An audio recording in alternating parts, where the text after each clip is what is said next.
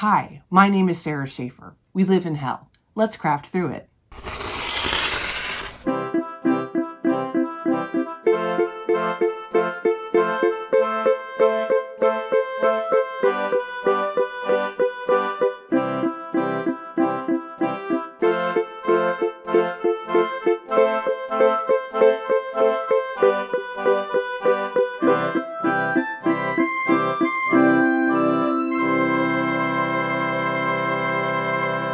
Testing, testing, 1, 2, 3. Hey everybody, welcome back to Crafting Through It.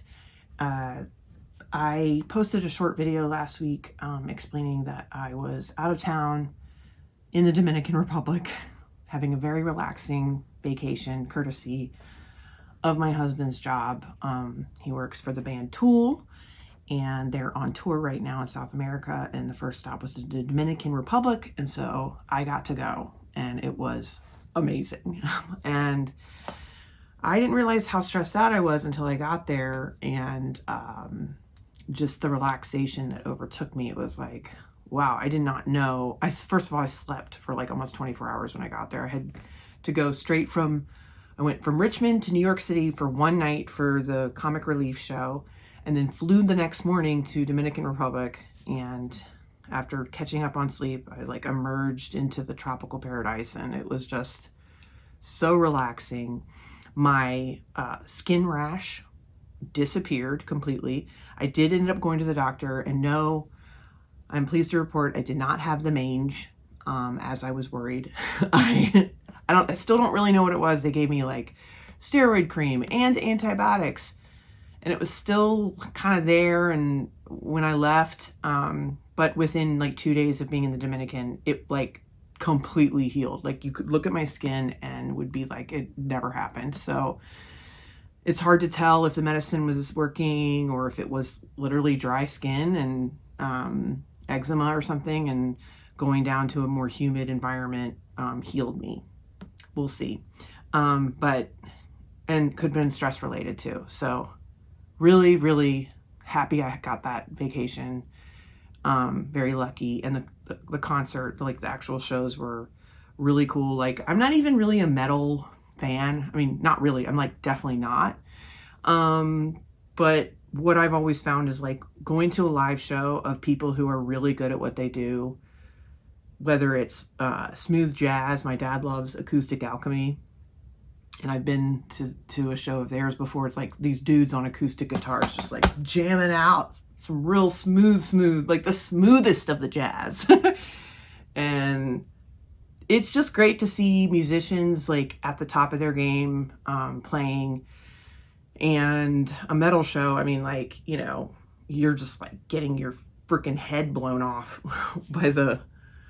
by how hard it is rocking. But yeah, it was a great time. My brother came. Yeah, we had a great time. Although it was at an all-inclusive resort, and I gotta say, I had never been to one of those before, and the food, oh boy, not great. I guess that's a thing. It's like a feature of going to an all-inclusive resort, is that the food is generally not good unless you're gonna spend a huge amount of money to go to one of the top ones that really takes the food to another level. One day, maybe. I did like the flexibility and removal of all decision making kind of that comes with an all-inclusive resort. You're not like, I mean, there was tons of restaurants to choose from, but you're not overwhelmed with like, where are we going to eat? What's the best place to go in this city? How do we get there? What's the parking? Or if you're cooking, who's going to do the dishes? Where do we buy the stuff? This, I now understood, like, oh, okay, when you go to one of these places, like, it removes all of that. And that was part of, I think, what I needed, was just like no decision making, just showing up, and all I had to do was show up for a show. I had nothing to do. I even started working on my screenplay for my solo show because I'm trying to turn that into a film, and it just flowed. I mean, it was so good. Anyway, Scott is still on tour. And he had to take our camera with him because he does video for the band. And so I can't really do our normal episode. I am going to get somebody to help me for the next few weeks, but we just couldn't get it figured out for this week. So what I'm going to do for this week, is just chit chat here for a minute. And then I'm going to reach into my archives of like process videos that I have tons of stuff that I've made in the past that I've put like online.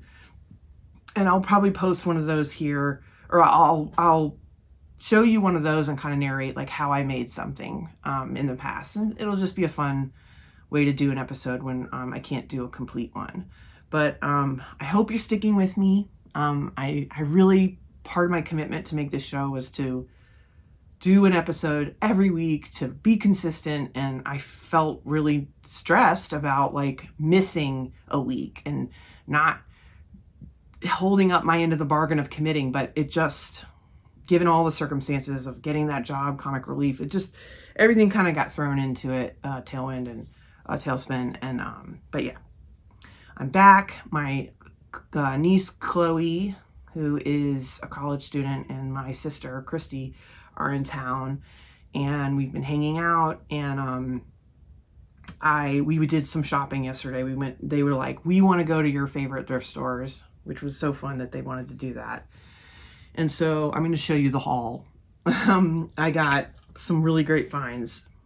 I'll talk about that thing later. So we went to a couple of my favorite thrift stores, and I found this. I had to get it. Will I ever do anything with this? I don't know, but like just the pictures alone. It's a sewing pattern. I don't know if you can see this. I might have to cut in a close-up, but it's a Angel Wears, sizes 6 to 10. Okay, this is for your 6-year-old to 10-year-old girl. And we've got some great little clown onesies. Remember those? Did your mom ever make you wear one of those? I don't think I ever had one of those. I don't know. These are really giving 80s Easter vibes. Some of these girls' faces, they're just like, huh? I fucking hate you, Mom. I fucking hate your guts. And I'll kill you. I'll kill you tonight. Fuck you. Especially this girl. I despise every inch of you, and I am going to start doing drugs earlier because you made me do this photo shoot. Okay? Love you, Mom. Holy shit. I would love to just make one of these, but what would I do with it? I don't know. So super fun pattern that I found. This is going to be a little bit of a longer haul video because I got a lot of stuff. Okay, so then I found this sample. You know I love sample books of like materials. And this is like suede and leather designs. We got just all this great material to work with for miniatures mainly, I think. But like, just, I love these. Ooh. We got all these little leather pieces like I could use in some kind of miniature application, dollhouse. Like, look at all that. It's all suede. Love it. Ooh. But then these like I could make a little rug or a pillow with these. Just love this kind of thing. Great find at my favorite thrift store around here. And also I got a lot of stuff because I am prepping for my craft show, and I had to get I have to like make inventory. Okay. But I just got some fun stuff too. Laura Ashley Home. This is a stencil kit. If you want to paint like a beautiful lattice and flowers on part of your house. I actually want to do this on something, but we'll see. Laura Ashley Home. It's called Bramble. I'm going to apply the bramble to my wall. All right, love it. So this is a gift that Chloe, my niece, brought me. She did some thrifting. She's in Tucson at the University of Arizona. And she found these little booklets of art that she thought would make great, you know, for my little notebooks that I'm making or index cards. But all these little pieces of art also could be used in miniature form as well. Like if I wanted to make a really fancy like loft that a rich person lives in, I could put some of this up on the wall like it's art. Okay. So she got me a Van Gogh one, Ernst, and Klee. So love these little gifts she got me. And then she found this. I love the way her brain understands my brain. It's this little booklet of like old posters, international and Australian posters. And it's just a book of them, but they're small. So I could cut these out and use them in a dollhouse. How brilliant. I love them. Some of them might be racist now that I'm looking at them. We'll see. But thank you, Chloe. Love them. Okay. What else? We got... Oh, okay. So then... Wait. I got to rewind a second. So when I flew up to New York, I was there for a day and I couldn't check into my hotel. And the show, by the way, was amazing. It was at Town Hall. I think they raised like $500,000 for fire victims in LA. And it was just a live show. And I got to be the announcer and like bring on like, you know, ladies and gentlemen, please welcome John Oliver. Like I got to do that from the back. It was so fun. But I wrote for the show and I got to talk to everybody. I've met everyone that was on the show except Rosie Perez and Jon Stewart. I'd never met them before. So it was very cool to meet them. Anyway, while I was waiting to check into the hotel earlier that day, I was kind of wandering around. It's near Times Square, and I saw, because I knew I was near Fashion District, and I was like, I wonder if there's like a ribbon store around here, because I know there's like all these really cool fabric and trimming stores, but East Coast Trimming, a famous trimming store. So it's like ribbon and other, you know, buttons and like, you know, haberdashery is the term. And so I went, it was freaking magical in there. And I bought some really pretty little, just a little bit, like 1 yard of ribbon. Just some, they had literally every kind of ribbon you can imagine. Look at this, like little, this velvet. Just some of this. I'll probably use it for, what my thought is to use it for my handmade notebooks, because I use a little strip of ribbon to like cover the edge. If you watched that last episode, you know. Anyway, really excited I got that. Okay, so then we went to one of the best places in Richmond called Scrap RVA. It's a thrift store for crafting supplies. I love it. And I got some really cool stuff there. I got lots of little scraps of fabric, not only for my notebook projects, you know, or to cover notebooks, but I have another fun project coming that involves little scraps of fabric. It's not a quilt, but it's something cool that I was inspired by a shirt I already own to make. So got lots of really cool little scraps of fabric at Scrap RVA. This is some like a more thicker upholstery type fabric. They sell little bundles like that, which I love. So I got all that, and I got these little pieces of tile, like just sample tile, which would work really well for like a little coffee table for, you know, or like a countertop in a dollhouse. How cute is that? So yeah, I'm definitely going to use these in some kind of miniature application. Love it. They had this big thing of ribbon. I liked this ribbon. I could use it for my notebooks and other things. Love that. I mean, this was $9. That was a little more pricey, but it's a lot of ribbon. But the prices there are really good. 75 cents for these cute little paper clips. And this little sample, which is sort of like a vinyl, some kind of vinyl. But I was like, oh, that could be a floor, you know, like in a bathroom in a dollhouse or something. So I love that kind of stuff for miniatures, like just using scraps of things. And then I think that's, oh, Scrap RVA also has a lot of paper to choose from. So I got some books of cardstock for my index cards, the cutest stuff. And then for my notebooks and things, just like all kinds of stuff. Super cool to find stuff like that in a thrift store, because it's one, cheaper and just more sustainable to use people's leftovers. And now that Joann's is closing, it's just a great resource. I also got some, we're still going, y'all, The great news is I didn't spend that much money. This stuff was so cheap.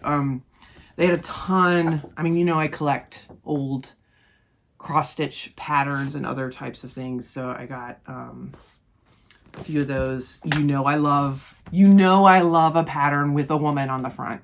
Okay. Look at her. She's like, "Hi, Jerry. I've been thinking about you all week." No, Jim's fine. He's just on a business trip. Maybe we should get coffee while he's gone. I love her. Oh, and then we have, "Hi." "Oh, hi, Glenda. I saw you hanging out with Jerry. Interesting. Where's Bill or Jim or whatever his name is? Oh, he's on a business trip, huh? Anyway, bye." Oh, I love them. Anyway, I love these ladies. I want to write whole movies about them. We got this. I showed you this. It's just some. Oh, love again. "Hi." Wait, let's see. What is she doing? Okay, let's get a look at her. "Merry Christmas, Paul. Well, no, I just was in the neighborhood and I thought I'd stop by and just bring you some cookies that I baked." "No? Oh, you have company. Okay. Well, yeah, no, I'll be back. I'll be around if you ever want to, I don't know, just go out and get some coffee. But yeah, okay. Thanks, Paul. Merry Christmas." Who's in there? Oh. I love these ladies. Okay. I think that's all I've got here. These are just some more random patterns. Anyway, great haul there. And then we made a trip to Joann's. I've been going once a week since the news that it's closing, just to see what the deals are. It was really interesting. The last time I went was over a week and a half ago, probably is when I went. And it was pretty wild in there. It was because I went on a weekend and the line to get fabric cut was crazy. The lines were long. But right now the sales are still items are still 40% off is the highest you're going to get. A lot of things are only 20% off. So it's not like they're going crazy / prices, but it's like I've said, it's things that normally wouldn't go on sale like that. And it's everything. Everything is discounted and they keep adding new stock because they have a warehouse. So it's good to keep going back. Anyway, I was fascinated by the fact of what parts of the store were completely wiped out. Yarn, gone. I mean, we're talking less than 10 things of yarn left. The fabric has been decimated, but there's still a lot there. All the filling and batting and stuff is gone. Thread, gone. So yeah, but everything else is there's still a lot coming in or still left. Fabric, I want to go back on a day when it's not crowded and get some bigger pieces cut. But I got a lot of little, I guess they call these fat quarters. Just tons of them. They were on sale. And I can use these for notebooks and, like I said, my other little idea that I have brewing. So I just got some stuff there. Didn't go too crazy. Although it was I didn't get a basket, but I had stuff stacked up to my chin. I think that's the majority. Oh, wait. Yeah, no, that's what I got. I am really excited to get back to normal episodes. What happened was I was trying to get some episodes filmed in advance before Scott left, and I realized, it is hard to maintain. It's okay to maintain one episode a week. I can manage that. But to try and film 2 or more in 1 week is actually challenging, especially if it's a project that takes a lot of prep work. And this is what I'm learning, is whatever I do on the show, I need to do to completion at least once before I film it, because I don't have the time to, let's just explain. What I was trying to do, and this will be one of the very next episodes, will be we're going to make a miniature couch together. And I did make one. It was the first piece of miniature furniture I made years and years ago. But that was years and years ago. And I thought, I know how to do it. I did it that one time. This will be easy. turns out I didn't remember how many steps it took, or like, and I kept fucking it up. So like, this was the first version, totally fucked that up. This is the second version. Now it looks cute, doesn't it? Right? But the cushions aren't right. They're the wrong size. There's a lot of mistakes. And I kept, like, I literally almost set the house on fire while I was filming. I'll show you some clips. It was crazy. But this couch has almost killed me, literally. And so I'm learning a lot of lessons about how to do this show. I need to, for certain types of projects, I do need to do a lot of prep work so that I'm not wasting time filming and then feeling like, oh my God, I have to start over. I have to do it again. And, because every time I film, I got to put makeup on and stuff. And anyway, so yeah, it's a learning process, but I'm still loving doing this show. Thanks for sticking with me. And I can't wait to get back to regular episodes. But for now, enjoy a blast from the past. I guess we'll call it a craft from the past. Craft from the past. It's brilliant. I mean, it doesn't really rhyme, but it's like an internal rhyme, and internal rhymes do count. All right. I hope you're all doing good and hanging in there in this nightmare that we live in. Okay. See you next week. Bye.